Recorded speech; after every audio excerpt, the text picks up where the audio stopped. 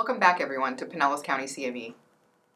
This month we're going to be discussing the wonderful world of poisonings and overdoses. The goals for this CME are to keep it simple, go over toxidromes, and review the protocols for overdose and poisoning. We will be discussing different possibilities for poisonings ranging from organophosphates to antidepressants and overdoses to substances such as cocaine and opioids. Let's start with the basics. BLS before ALS, right? Always. Once you arrive on scene, find the causes and clues and avoid exposure to any EMS personnel. The most important thing that we can do is follow the systematic approach and provide assistance in airway ventilation. What's the most usual overdose call that we run on?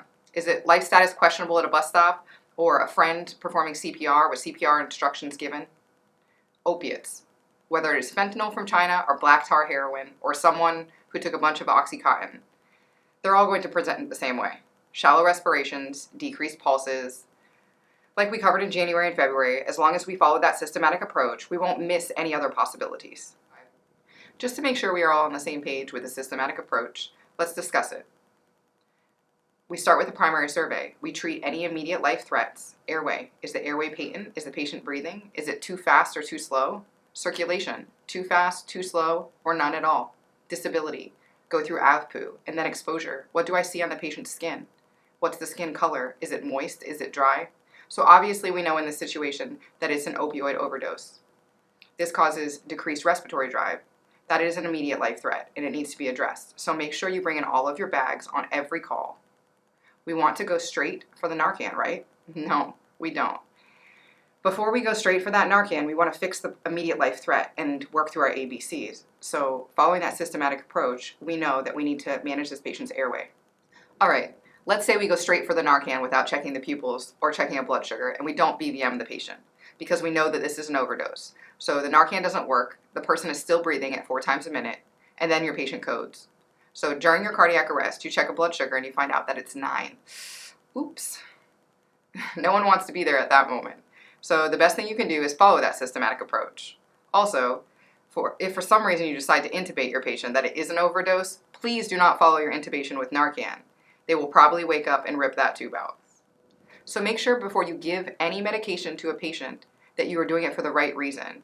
Even if it's something like Narcan, we are not law enforcement and we are not bystanders. So we don't just give anybody who is suspected overdose Narcan.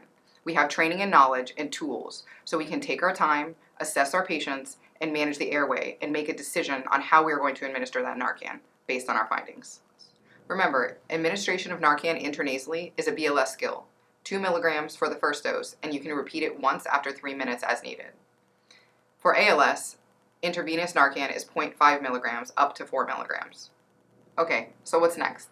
Let's keep in mind that when we look at protocol M12, poisoning and overdose, it has a lot of information, and it tells you different sections in the MOMS to go for different presentations with your patient. Let's talk about a call when you have a patient who is complaining of withdrawals from alcohol or opiates that they used maybe the night before or right before we got on scene. Remember, our job is to serve the community, not to judge people. This can be difficult at times, but you have to put your game face on and remember that we are lucky enough to have the opportunity to be doing this job. So some of our concerns for these patients is the stress being placed on their bodies because true withdrawals will lead to seizures. Once you get the vital signs portion of the assessment, if your patient's heart rate is greater than 120 beats per minute and their systolic blood pressure is above 140, proper treatment is to give that patient 2.5 milligrams of midazolam IV or IM, followed by a second dose, if needed, every 3 to 5 minutes. Good history taking is important as well. Make sure you find out what the patient is withdrawing from. Patients that are going through benzodiazepine withdrawals have a higher chance of having a seizure, so be prepared. Now that we've reviewed opioid overdoses and withdrawals, we're going to talk about toxidromes. The first one we're going to talk about is sympathomimetics. Sympathomimetics intervade the sympathetic nervous system. This is a range of drugs that are some legal and some illegal. This involves amphetamines, caffeine, PCP, methamphetamines, cocaine, and even albuterol. This chart can give you an idea of the signs and symptoms your patient might be experiencing. You're probably going to see a patient who is agitated and has a high heart rate, sweaty, fever, hypertension, pallor, or cool skin. The main thing that we can do for these patients is supportive care. Fluids will probably help them out so that they don't begin to overheat. If they potentially become violent, then you can give midazolam 2.5 milligrams IV or IM, and you can repeat once after 5 minutes. However, if they are actively violent, you can give 5 milligrams midazolam and repeat after 5 minutes if needed.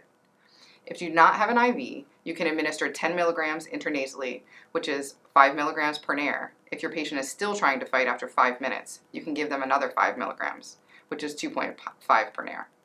Keep in mind that this probably won't be for someone who drank too much coffee at Starbucks. This is more likely for a patient that's been awake for 3 days on methamphetamine.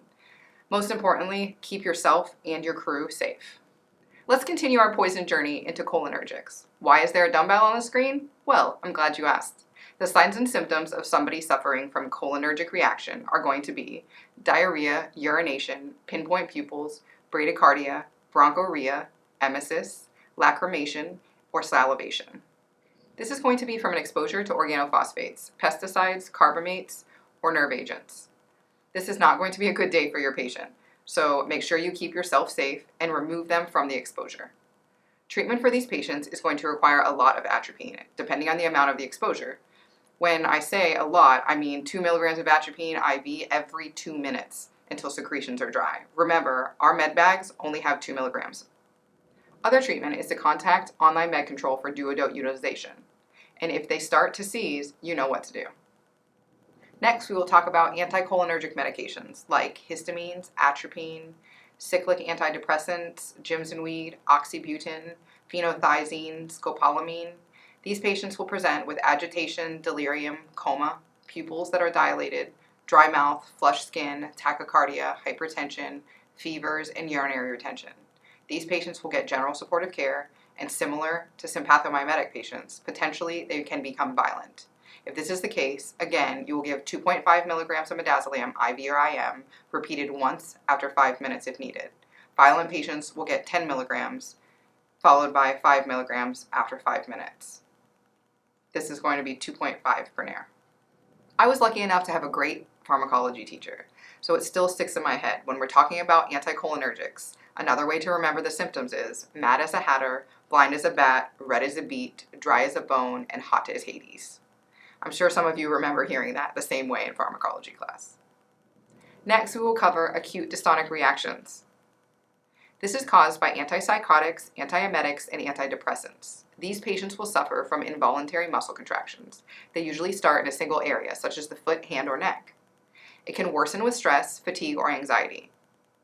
In this case, we are talking about acute dystonic reactions. Keep in mind that some people can suffer from something called tardive dystonia, which is a longer-term effect. Symptoms are usually something like pill rolling or lip smacking. They can present similar, so get a good history on your patient before your treatment. Treatment for these individuals is going to be 50 milligrams of diphenhydramine, IV or IM, followed by 2.5 milligrams IV or IM. They can be repeated once after 5 minutes. Now let's talk about OC gas, also known as pepper spray. When a patient comes in contact with OC gas, it feels like the skin is burning, loss of coughing, spitting, and runny nose. Before you get close to the patient, make sure you are in an open air area upwind, or the area that the patient is in has been aired out. For treatment of this patient, try to take off as much of the contaminated clothing as possible and flush the skin or irritated area with sterile water. All right, that wraps up overdose and poisoning for this month. Stay safe out there.